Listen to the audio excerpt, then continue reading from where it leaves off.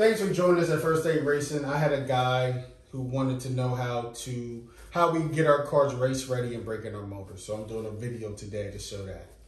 At First Aid Racing, we push for driver skill, not too much on the performance of the car. And what I mean by that is that everybody breaks in their cars the same way. Everybody uses the same tires. So everybody's on the same even level. So the only thing that will separate us is driver skill. So we're going to dive into this now and show you how we do it. Okay, so at the same time, I've already unscrewed the body of the car from the chassis. So, we just take the chassis off, take the motor mount out,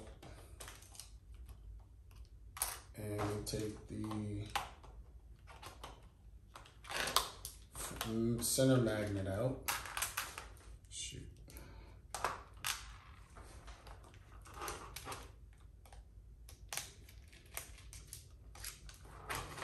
Now, once you get here, you got a rear magnet. So we just unscrew the axle.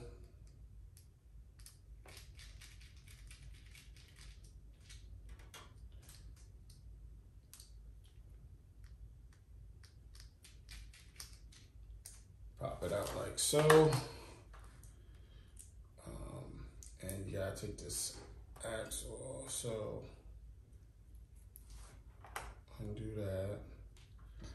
And then what I do is I just push it down and then slide it through. Just like that. So then put it back on.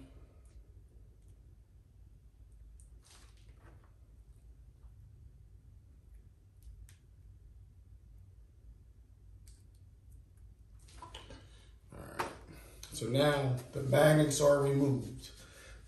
So now we're gonna get to showing you how we break in our motor. And then when we come back, we'll show you, it's optional. Some guys either use fingernail polish or glue on the front wheels to get rid of resistance or drag. And we're gonna get to the motor break-in. Okay, so we break in our motors on 3 volts. Now, I have a analog power supply. So because I have an analog power supply, I just check it. If you have a digital one, it should read 3 volts or whatever you're trying to do.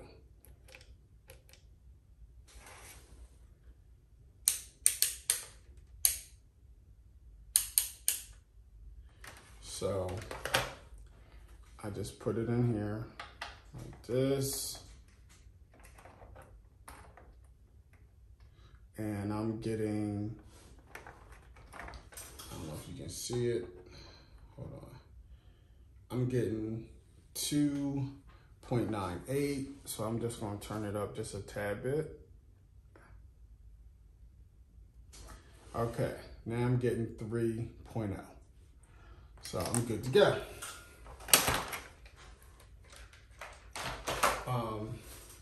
So what I do next is I put the black in the black hole, I put the red in the red hole.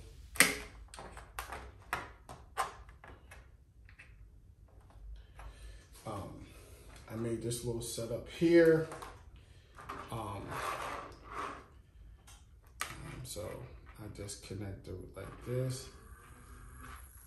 And then you can hear the motor running.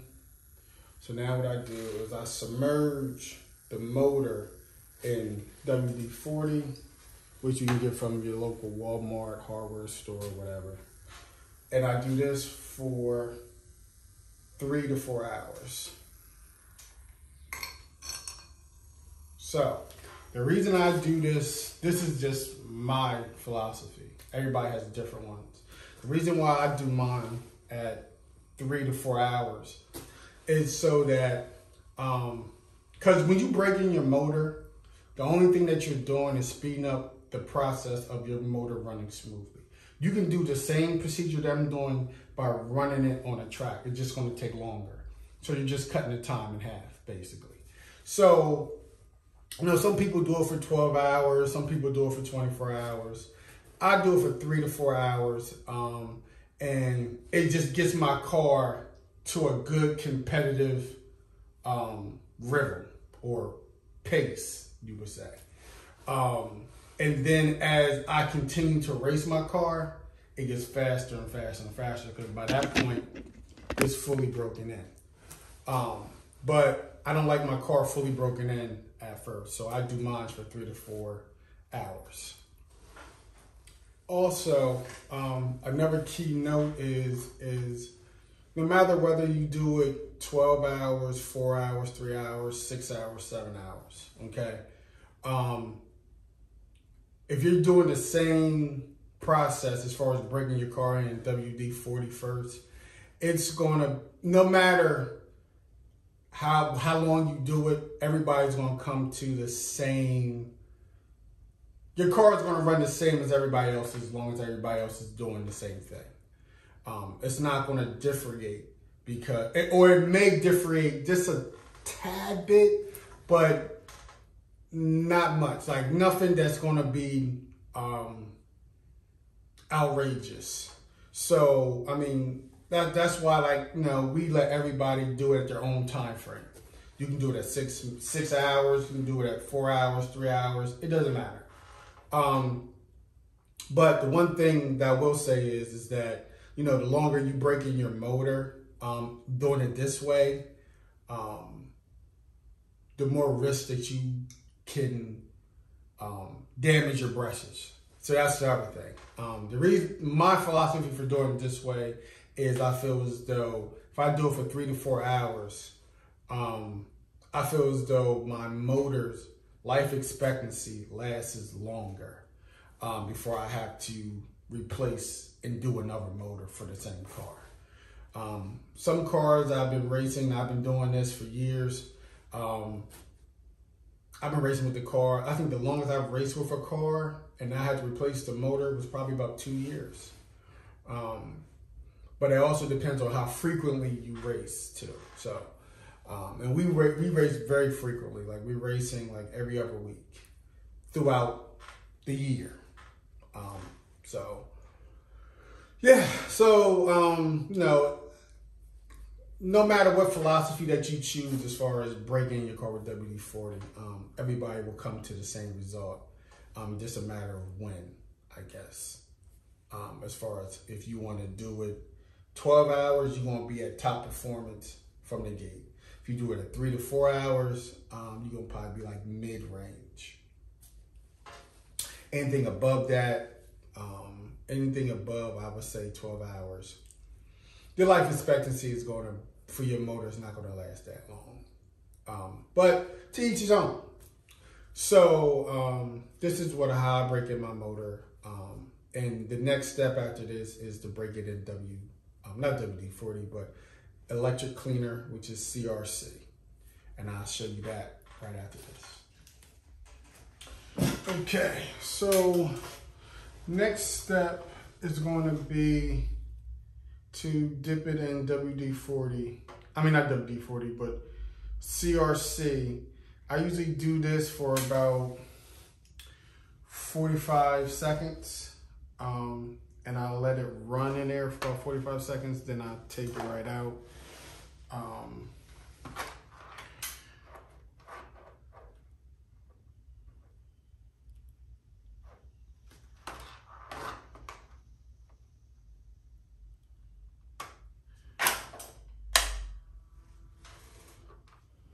right, so here we go, 45 seconds. 1, 2, 3, 4, 5, 6, 7, 8, 9, 10, 11, 12, 13, 14, 15, 16, 17, 18, 19, 20, 21,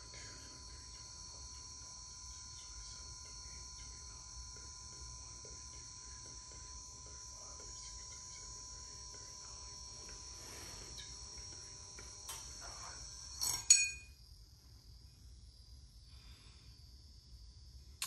27, 28, 29. And the good thing about the CRC is it dries quickly. So I just let it sit for, for a few minutes, a few seconds, or whatever. And then I come right back. And here's a second motor that I'm going from my friend. Same process. And if you pay close attention, you'll hear the motor start to pick up. And that's the CRC cleaning the excess WD-40 out the motor.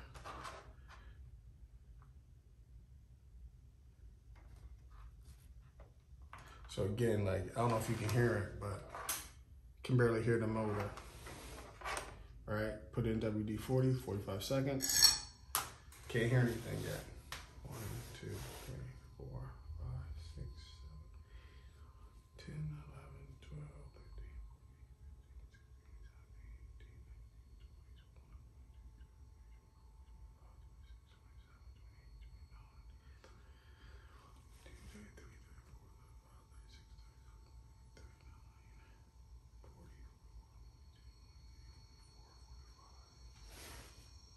And then you hear the loudness start to come in.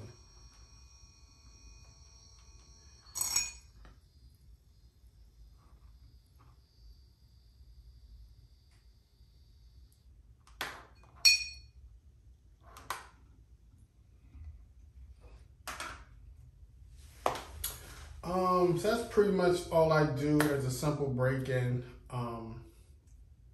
The other thing you want to do is, if you're good at soldering, you want to check your leads. A lot of times it's mass manufactured, so the motors sometimes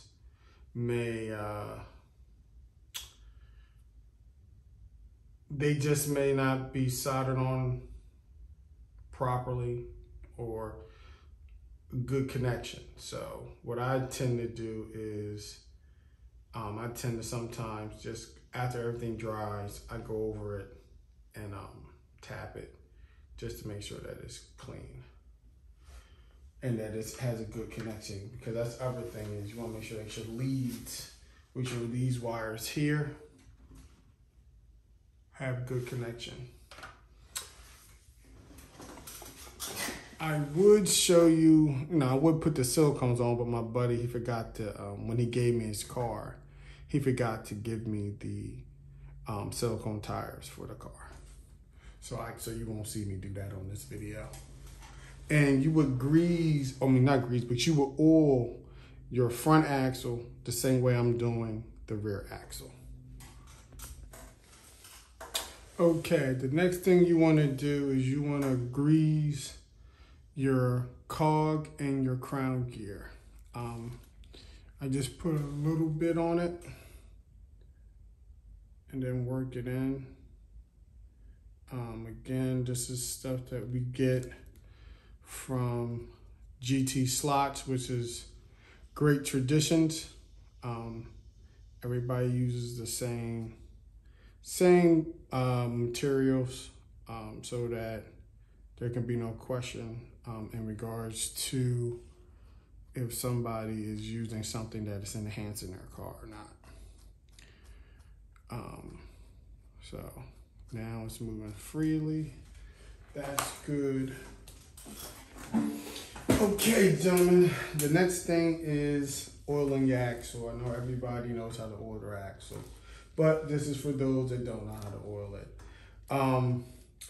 Again, I can't stress this enough, at First State Racing, we try to make sure that everybody prep their cars the same way so that everybody gets to be able to compete at the same level, right? So even with that being said, we all use the same oil, which this is GT Slots oil. You can get this from Great Traditions.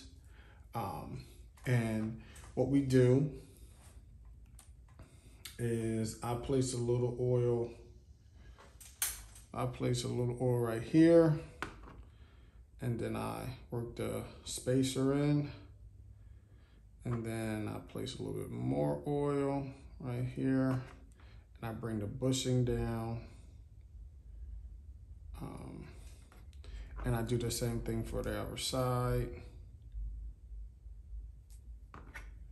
Work it down. What I look for is, I look for when I twist it like this to get smooth. If I feel like it's rough, a lot of times what that is, that's metal on metal. And you'll start to see your axle actually dig into your bushing dig into your axle. You'll start seeing like little rough grooves on it. So you gotta make sure that you oil your axle. All right, so that's that. Reconnect it and put it back in the car.